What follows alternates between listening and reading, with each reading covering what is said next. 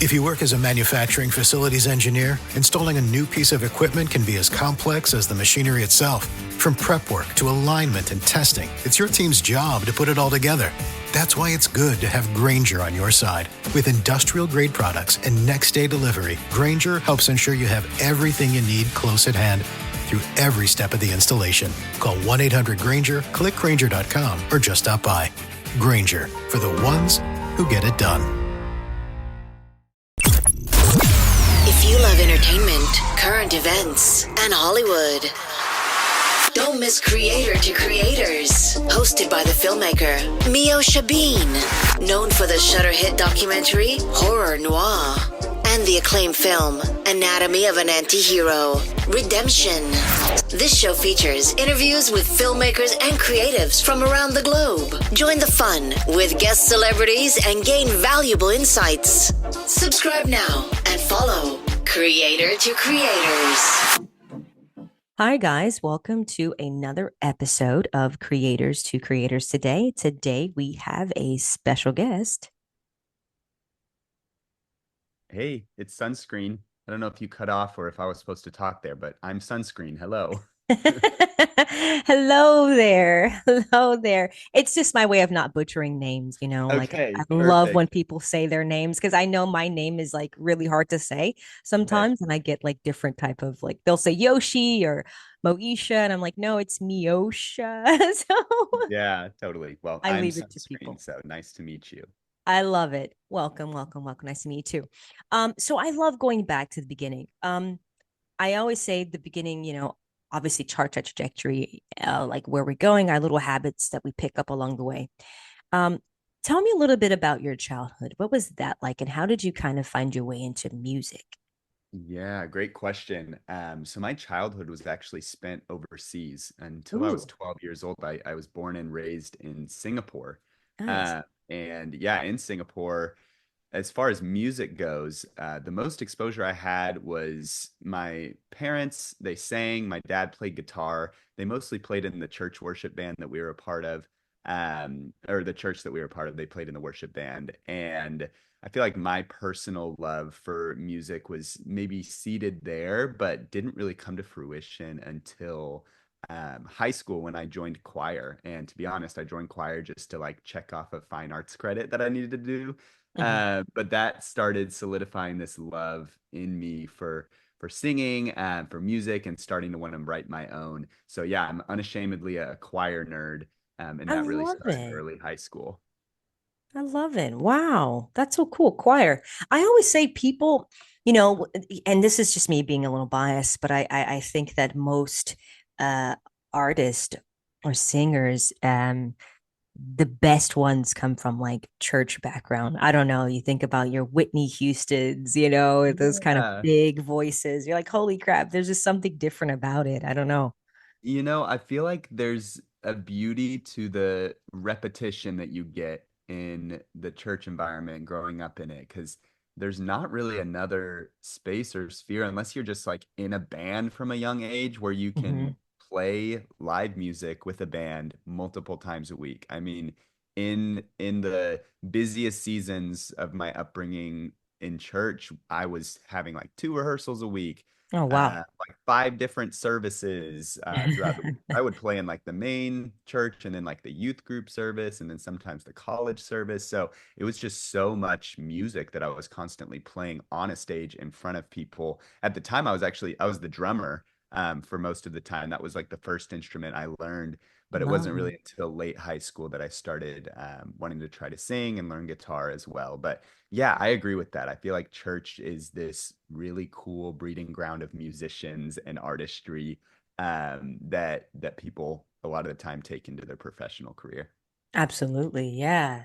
I think that's super cool. Let's talk about your album and the song Move With Me. I like that, by the way. Thank you. It's a really, like it said, feel good kind of feeling that you get. And tell me a little bit about the process of making that. What inspired that? What all went into making that this album? Yeah, definitely. So the album was made this year, I kind of Okay. took a different approach to making this record compared to my first EP. If you look at my discography, it's pretty small. I only have one EP that I released last year and now one full-length album this year. So very much new to the scene. I love it. But the process of making that first EP was kind of expedited. I wrote and produced that record in about a month and a half span, and it's only 6 songs on that. But for this record, I wanted to take a bit of a slower approach. So I focused on one song every month this year, and I started in January. So Nice. the record released through singles along the way until it reached the full album of 10 songs. But I loved getting to kind of bring people into the process in real time. Because it would be literally, I mean, like January, I wrote and recorded the first single I released, which at the time that was Go Outside, which is I think the third to last song on the record now. But as we progressed into February, March, April, all the way up until October, the fans and the listeners were getting songs as I was creating them. So Mm. yeah, I wrote it and produced it all by myself. I tend to kind of just hunker down and fly solo in the studio. So it was not much of a collaboration process on the back end and even some of the front end stuff. It was a lot of just me kind of hunkering down and trying to channel this good vibe energy of this indie pop rock sound that you hear all throughout the record. But yeah, Move With Me actually was the second to last song I wrote of the record, and it really hones in on this really danceable kind of footloose meets cha-cha slide, wedding or playlist vibe. I wanted to basically create a new dance floor song, like Mhm. something that people will get excited to and learn dance moves to. There's a music video that goes alongside of it, and the music video has like a specific dance for the chorus and the tag. And I think in a perfect world, people are learning that, adding it to their dance floor playlist, and everyone's getting out on the floor I love whenever that. the song comes on. Yeah, no, I think it's absolutely brilliant. I love it. And you know, and it brings people together. Tell me, did you like how like you said visually, like you had some visuals with this. So, how involved were you in the visuals? Are you like, did you direct any of it or Yeah, yeah, totally. The music video for Move With Me, which came out the day the album came out, I did direct that, and I nice? co-choreographed it with my friend Janie Hoffman. We actually shot it in Cincinnati, Ohio. I'm from Nashville, but I have a lot of friends in Cincinnati because my wife is from Cincinnati. Awesome. So drove up to Cincy, which is only about a 4 hour drive from Nashville. Which, side note, that's a crazy thing for me because after being in Singapore, I lived in Texas, and to get Hmm. out of Texas, you have to drive so far and so long. And now that I live in Nashville, Tennessee, it's crazy to be able to just drive like 1 hour and be in another state. I've been here for about 3.5 years, and I feel like I'm still getting used to just the geography of it and how close everything is, which is cool. But Right? yeah, filmed that in Cincinnati, directed that, and then the photo shoots that I've done along the way for all of these sunscreen photo shoots, I've either directed or co-directed those. And the last most recent shoot brought in a stylist, which was super fun because Oh, I that's haven't actually awesome. worked with a stylist, and she was able to pick out that pink suit that you see in the music video in a lot of my photos, which I love, and I'm always wearing that in the photos and videos. I love that. I love that. That's so cool. Um, do you feel like this is a great time? And I personally feel like, you know, songs like this, it like it brings people together and makes people feel good and like to dance because I mean, we live in such a world, you know, that it's like right now, especially, it's so many things going on and it's feels very like it's kind of scary sometimes to think about like what's happening in the world as a whole, but I was this something that you wanted to put out there, like that positivity and that feel Yeah, good kind of music because something to for people to escape from. absolutely. Yeah, I think you nailed it on the head with that. We already are suffering in a way in this world, and if my music can offer some sort of respite and break away from the loud chaos and confusion that goes on around us, I feel like I'm doing my good deed to the earth. I think my music is very intentionally positive, and Hmm. universal in a way that I hope can bring people together, despite, their beliefs or way of living, and give people this home base of unity. And so I'm going to be singing about things that I think anyone, regardless of where they fall or what they believe in, will connect with. So I have themes of connecting with loved ones, whether that's your spouse or your family. I have themes of being out in nature, of traveling, of dancing, of literally going on a walk with your dog. So there's these little things in life that bring us joy and pleasure that are universal. And I tried to tap into those with this record just to spread some light. Because yeah, there's, as you said, there's a lot of noise right now. And I'd rather be the one spreading light. Absolutely. Yes. I was going to say, do you have like, did like with as far as like any the sounds and instruments, did you now I know like obviously now we live in a time of AI. We can just get the robot, I guess, essentially, or whatever, Yeah. to make all the beats. But did you go in and play any instruments on this stuff? Yeah, yeah, absolutely. Everything you hear was played by me, except Wow. for some of the guitar on four of the songs.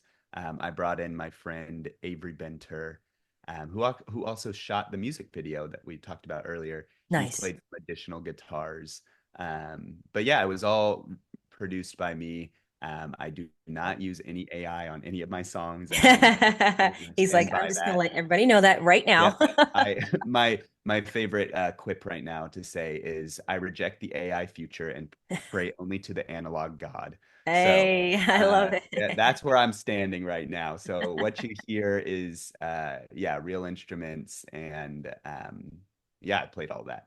I mean, it just makes it, I don't know. I just feel like music now, it's just so it doesn't feel like you can connect to it. And I think there's something Mm, to it when you can actually play the instrument. It gives you a different feeling. Like it's not generic or anything. It if like how I think it was some interview. I think it was Dr. Dre, and he was talking about when he was producing like back in the day when you know he would get certain sounds from a rubber band and he would just use that and he would like loop it. I'm just like, oh, this is brilliant. Like, that's a rubber band. Like, who would have yeah, thought that actually would make that sound or whatever? totally. You just never know. It's just so Yeah. cool. You can make music with almost any object. If you listen to my song Ice Cold Water, when it gets to the bridge of that song, a lot of the percussion that you hear is me doing like knuckle drumming on my desk, like my Oh, that's production cool. desk, as well as my legs. So yeah, there's fun little stuff throughout the record that I behind the scenes was playing on a not normal instrument and making it sound like an instrument. So That's so amazing. See, that just tells me, that you're talented. Like you don't have to use all and I'm not knocking the people that use it, but I just think there's a difference. you don't So have to knock them, but I will. I'll go on record knocking them.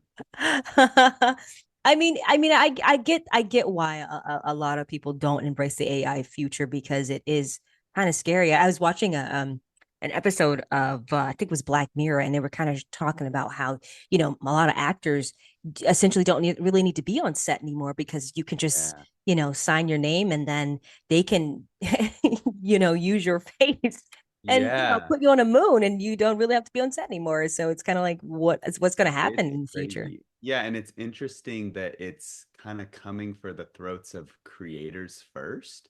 I Yeah. think AI has an absolute positive, definite place in places like agriculture or healthcare where we can solve issues that our human brains literally wouldn't be able to solve to Hmm. create a cleaner and better future. But it's pretty bizarre that it's like initially coming for us creators, and it's making the barrier to entry really really low to the Yeah. point where it's it just feels like it's cheapening it. I don't know, there's really cool ways that the barrier to entry for creatives Hmm. has gotten lower, where like production softwares and ability to like shoot on our phones, like take Mhm. videos and photos on our phones. Those things are cool and like enable creators. But I think whenever the barrier gets so low where it's not actually enabling us, it's just letting us cut corners and cheat. Yeah. That's where it starts getting concerning for me. So that's where I'm like, hey, I'll spend the time YouTubing, learning how to use this free software to Hmm. create a sound that I'm envisioning, but that is requiring work and time and input from my end, not just like typing something into a prompt bar for Right. it to do the work for me. So yeah, it's weird and confusing, but I think if I'm staying true to what I want to do and creating the sounds that I hear in my head and like working for those sounds to become reality, I'm going to feel good about what I'm creating. Because I think what is happening in the creative sphere with AI Yeah. is something we're going to look back on and cringe at. Right. I don't want to be a part of, I want to be able to stand by what I'm creating in 20 years from now, in 30 years Right. from now. And I think if I'm using AI, I wouldn't be able to do that. Yeah, no, you're right. It's a great point because yeah, it's kind of like someone was saying on an interview, not to get into politics, but she was saying like, when I go abroad, like to other countries, I don't want people to say, "Oh, you're from America," but she Mhm. wants someone to say, "Oh, you're from America? Oh, awesome!" Not like, "Oh, yeah, you're from America. Good luck." Totally. So Yeah. yeah, I know what you mean. Like, look back on it, it's like, man, hopefully, but it's like we can't stop it, unfortunately. Yeah. The AI and the takeover, I guess it's just trying to figure out how to readjust. I like you said, it's coming for the creators. Do you feel like music is, nowadays being an indie artist is very tough, but I do believe it can be very lucrative if, like Chance the Rapper, he is a indie artist, but Mhm. he made a lot of, amazing music and he's gotten out there. So it can be done. Um, do you feel that the music industry is changing in favor of the artist? Yeah, I feel like it is. I feel like labels are becoming more and more aware that when they're signing an artist, they're signing artists because the artist has gotten themselves to the place of being able to prove themselves to the audience and now, you know, garnishing the attention of labels. So it's like, whereas before there might be talent that goes and gets signed by a label, and then the label is there to like develop them and craft their sound and craft Hmm. their visuals and craft all these things through the label's resources. There's this growing scene of the indie artists kind of have the tools now to be able to craft their exact vision themselves, so that by the time they're getting signed, labels are trusting the artists more, and labels are getting behind the artist's vision instead of artists getting behind the label's vision. And so I feel like there's this innate trust in creators that is becoming more and more prevalent, and labels are noticing that and appreciating that more, which I do appreciate. I'm signed to a label with this record that I just put out, and I feel like I Nice. really appreciated the just creative freedom that Hmm. they give and they gave, and just the trust that they have with me as an artist. I feel like I can, to some degree, do whatever I want with this music as long Right. as I'm creating the best product, you know, literal and creative product that I can make. So, yeah, it is a growing, evolving scene. I think traditional label deals are getting less and less common. There's a Hmm. lot more distribution deals happening. There's a lot more maybe just like funding type of deals that happen, just because I feel like artists are getting it more and more, and they're coming Yeah. out of the gates strong with their debuts, and they're not needing this like like old man in the seat in the studio telling them yes or no. Uh, they know what they want, and I think that's largely in part to the people that have paved the way before us, just to 100%. see and hear from their mistakes and successes. So Yeah, there is some scariness if I think about it one way in like the future of the industry and what it might look like for us smaller Mhm. artists, but at the same time, just like my music is focusing on the positivity, I want to choose to focus on, Things getting better. the the potential of what can happen in a positive way, not the fears of what can happen. Absolutely. No, I love that. And speaking of the ones that come before us, if you could go on a coffee date or just to go out for a cup of coffee with a legend, living or dead, Yeah. who would it be and why? I think right now in this exact moment, which this could change in a week because I'm always like obsessed with a different artist every week, but I've been on a Julian Casablancas kick. He's the Oh, lead singer wow. of The Strokes, and then Yes. has his own band apart from The Strokes called The Voids. And then he has his own solo project just under his name, Julian Casablancas. And I feel like he did for the indie pop rock scene what I don't know, name another great what like the Queen or the Beatles Queen, started doing yeah. for pop and rock. I think Julian is just going to be, I mean, he's already a legend, but I think we're going to talk about him for years. So I would love to sit down with him and just pick his brain. I love that. It's a good one. It's a great one.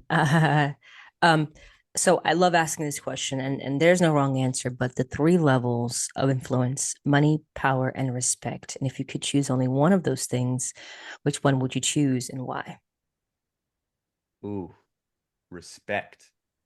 I Mm, think money fades, power is dangerous, and respect lasts a lifetime. I don't know. Like if I die being just well respected in as a person and with my art, I think I'm gonna be a lot happier than if I die with a lot of money and no friends or being in power to the point of getting too big of a head. mm, yeah. Interesting, interesting. Do you I like that's a great answer. It's a great answer. I love asking this question because I feel like this business can be, kind of daunting sometimes, and to always, you have to, it's always creating, creating, creating, and sometimes like you just don't have it. On the days that you don't have it, what keeps you like going on the tough days? Yeah. Yeah, that's a great question. I think I'm very drawn to the slow, simple life. And I feel like I don't know, just being a creative, there's this like um and I mean this with a grain of salt, but like drug, sex, and rock and roll, there's that Mhm. lifestyle side of the music industry that is very real. And I've like seen glimpses of it and been in circles that, want and go after that. And I've just found that I'm going to find so much more joy and sustainability in a slow, simple life. So I think when I'm not feeling it, I am really filled up by time at home with my wife and my dog and our friends. We actually just moved into a house earlier this summer. If you listen to my Awesome. song Cherry Red Summer, which is the last song on my album, it's all about my new house and how I'm like looking forward to years just growing roots and planning a family here. And yeah, I think it's those little things and those quiet moments at home with myself and my family that um, end up giving me the most inspiration to be able to get back out in the studio and keep writing. I love that. I love that. As far as like inspires you to write, like do like what's your process like? Are you just you Yeah. dream? Is it like, oh, I Um, gotta Totally. I think I'm very production minded, so a okay. lot of the time I'm like I hear a song that inspires me and I really like maybe like the bass groove of it, Okay. and then I love the way it makes me feel, and I'm like, okay, what if I tried to write a song that had not the same bass groove because I'm not wanting to rip people off, but like a bass groove that makes me feel something similar, and then I'll kind of build and craft a instrumental around one thing. Maybe it's a bass thing, maybe it's a guitar thing, maybe it's a drum thing, maybe it's a synthesizer thing. But I really just kind of start with the simple building blocks, create an instrumental vibe, and then I start thinking about lyrical content and what I want to add on top of it. So if you were to listen to like halfway through the first day production bounce of one of my songs, it might just be drums, bass, and guitar, which I feel like are the three cornerstones of any Sunscreen song, is those rock and roll elements. And Yeah. then from there, it's the lyrics and the melody and kind of the extra ear candy synth stuff that turns it into more of that pop, accessible, really universal sound. So yeah, I think it's really production focused, and production leads the way, and then the melody and the lyrics kind of come in secondary. I love that. I love that. Okay, so I have a little fun little game to play with you. Yes. So you have to choose only one out of the Okay. bands. You have Green Day, of course, classic group. You have Red Hot Chili Peppers. That's an oldie. Mhm. And you have Chris Martin. I don't know if Mhm. he's actually still in that group, by the way. Yes. Oh, he is. He's still in the. Oh, okay. I Oh yeah. thought maybe he went off and went solo at this No, point. Chris Martin is still rocking and rolling as Coldplay. They just released a new Wow. album 2 weeks ago. Okay. Coldplay. Well, you have those three. Which one are you rocking with? Oh, Coldplay, easy. Martin. Yeah. Yeah, no, They're one of the, if not like number one, two, or three of like the most influential bands for me. So oh, nice, nice. Yeah, yeah, they've been around. I think I've seen, I don't know, they just know the music. It just, they're classics. I feel like a lot of artists, um, they just do it right, right? That's what separates a lot of music. Like you have those, you can listen to an old song like a Diana Ross, and then you're like, and it's still amazing. You still feel that, whatever that feeling, that rawness, that realness, opposed to like just hearing a music and it's just here today and gone tomorrow. I think hmm just some people just, I don't know, they're tapped into something that's, I don't know what's the word, but it's just different. I agree. Yeah. Chris Martin is channeling some sort of divine revelation, which is so Right? just Like, yeah. Every new album drops, and there's a few songs on there where I'm just like, these will last forever. And right. yeah, there was something that happened to Chris between Ghost Stories and Adventure of a Lifetime where it felt like he got some like divine download from the universe to start writing songs that just were like hyper love focused and like universal connection focused. Because if you listen to the albums from the beginning up to Ghost Stories, they were so personal and deep and almost raw to an extent. Yeah. And that was amazing. Like obviously everyone loved that. That's their biggest songs were from that era, or I guess some Mhm. of their biggest songs. But then something happened where after that, he just started writing about love, connection, unity, community, how we're like all the same, and why waste our time fighting when we can be loving each other.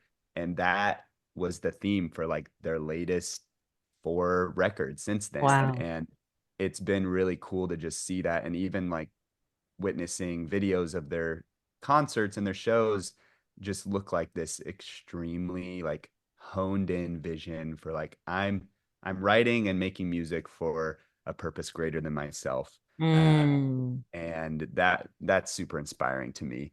it is. And a little piece of that is what I'm trying to capture and encapsulate with what I'm doing with Sunscreen. And you're doing it. You're doing a fantastic job at it. Oh, thank you. So I have a question because I think the audience, the listeners who, I think they really love this question, and everybody has different outlooks, but this is definitely one of my favorite questions. But if for those that are trying to get in the music world or just trying to get in this business, what advice would you give them? Yeah, I think stay true to yourself. I know that you've heard that phrase a million times, but it's going to be really easy to um, create based on what you like Yeah. primarily, instead of creating based on you yourself and what makes you you. Mm, To some extent, everything's a remix. I mean, we're only a sum of our parts, and our parts are what we're influenced by. But there is something in us that makes us different than everyone else, and that makes mhm, us unique, and that makes us special. And I think if we hone into ourselves more than wanting to sound like XYZ, mm, then we're going to make something that stands apart from the crowd and that lasts, and that timeless thing that we were talking about before that bands like Coldplay capture. I think there's this like quote genius that we talk about in the mhm. greats that came before us. And like Paul, let's just take Paul McCartney, for example. We can listen to his songs and like point out and hone in on the genius that only Paul McCartney can do. And I think if we were to ask Paul McCartney and just sit him down and be like, how did you do this? His answer might be, I just did what I knew, like I don't Right. know. I wasn't trying to be genius. I just did what I love and did what came naturally to me. And I think it's the stuff that comes the most naturally to us that ends up being the thing that is the most authentic and in some Mhm. ways the most universal. While the more we try to be personal Yeah. and specific and dig deep and like find ourselves in some weird roundabout way, the more universal it becomes. So Mm, mhm. yeah, I think that's my advice: is stay true to yourself despite the noise around you. Love that. That's beautiful advice. Thank you so much for sharing that. Where can people find you on social media to follow everything you got going on? Yeah, they can find me at sunscreen.mp3. That's M as in Mike, P as in Paul, 3 as in the number 3. Sunscreen.mp3 on Instagram and TikTok and all that good stuff. Are you on TikTok dancing? I am dancing over there. I'm doing the trends. I love it. I love it. I can't keep up. It's just so many trends on that thing. I know, my gosh. Well, I'm mostly doing the dance to my own song. So Nice. Nice. Nice. I love it. Thank you so much for coming on. It was a pleasure talking to you. yeah, thank you so much for having me and for all the good questions. Oh, thank you. And thank you all for listening. And always remember to live, love, laugh. We'll see you guys next time. Bye bye.